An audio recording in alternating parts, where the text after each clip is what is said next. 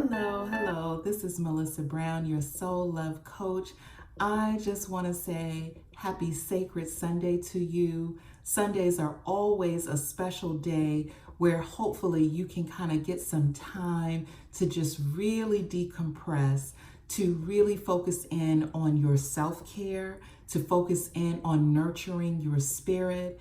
And this particular Sunday is really a special time because we're at the beginning of a new month, the month of August, which is also my birthday month. So I'm super excited to just commune with God, to just kind of hear what God has in mind for this month. But one of the things that has been coming up for me this week, and I wanted to pose it to you, is the metaphor of a garden.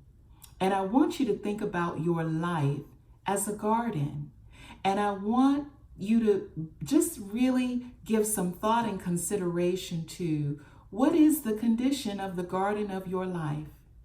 What have you planted that you expect to reap a harvest on? What seeds have you put in the ground of your heart, of your soul, in your mind that are now beginning to come to fruition?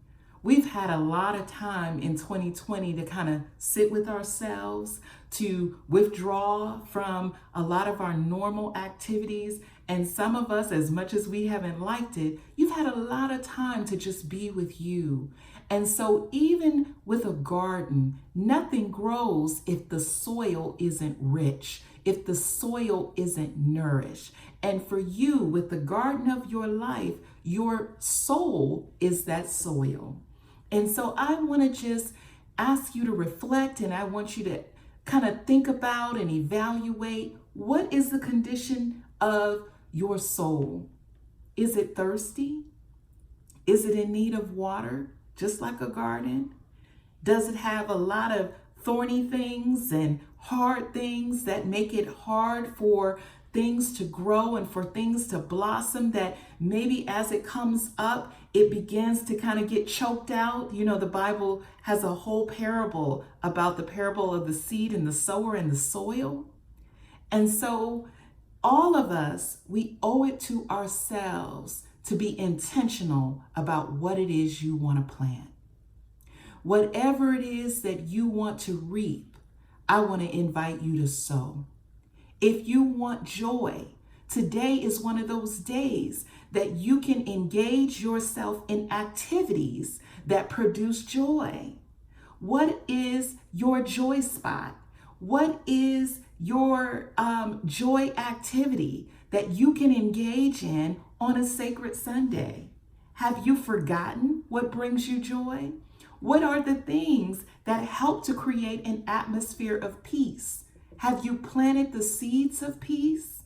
Are you minding what you are watching on television, what you are listening to?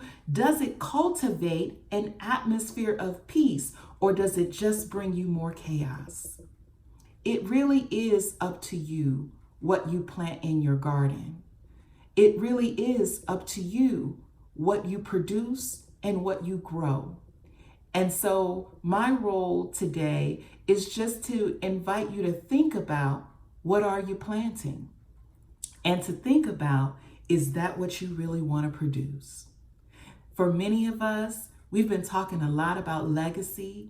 We've been talking a lot about our life and what life means, or what you want your life to mean. We don't just one day just wake up and you just have everything that you say you want to have. We got to be intentional about the small things, the small steps. It is so profound to me that it's the tiny little acorn that produces the major oak tree. It's a small seed, but it produces a major growth, a major harvest. And so it's in the small things that we either do or we don't do that will determine the success of the garden of your life. And so I hope that you're being intentional. I hope that you are planting what you want more of and not the things that you don't want. Some of us need to kind of go through the garden on our hands and our knees, and we need to pull some weeds out. We need to dig our hands deep into the soil of our lives and really take a look at what's there. To really pay attention to the kind of people that we have in our lives, and to pay attention to whether or not they are nurturing your growth or stifling your growth. You are the gardener. You are the one. God wants to give you the increase. It says one plants, another one waters, but God is the one who gives the increase. But it is up to you. It is always up to you to be the one who tends to your garden, to be the one who pays attention to what is growing and what is not.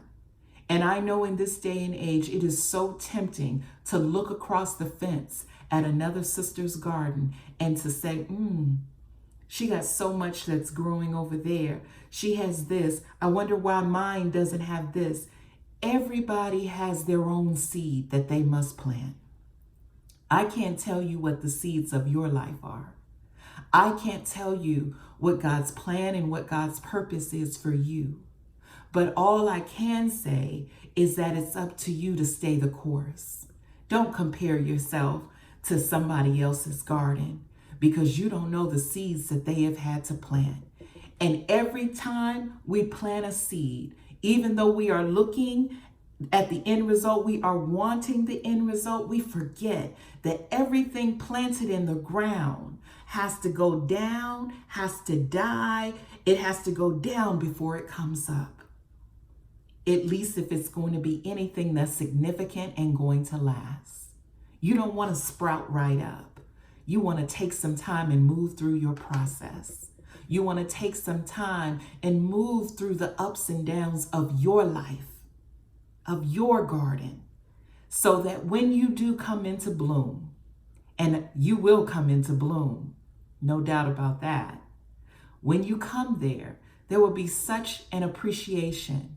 There will be such a spirit of gratitude for what you have been able to produce through the seeds of your life.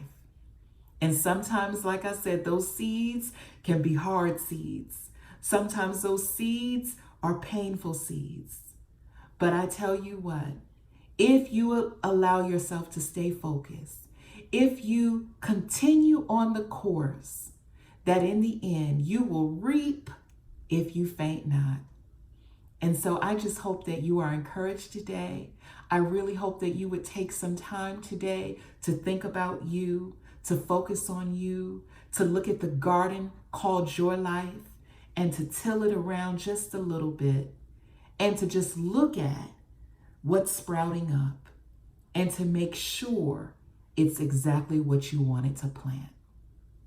So that's my word for you on today. Enjoy your Sunday. Welcome to August.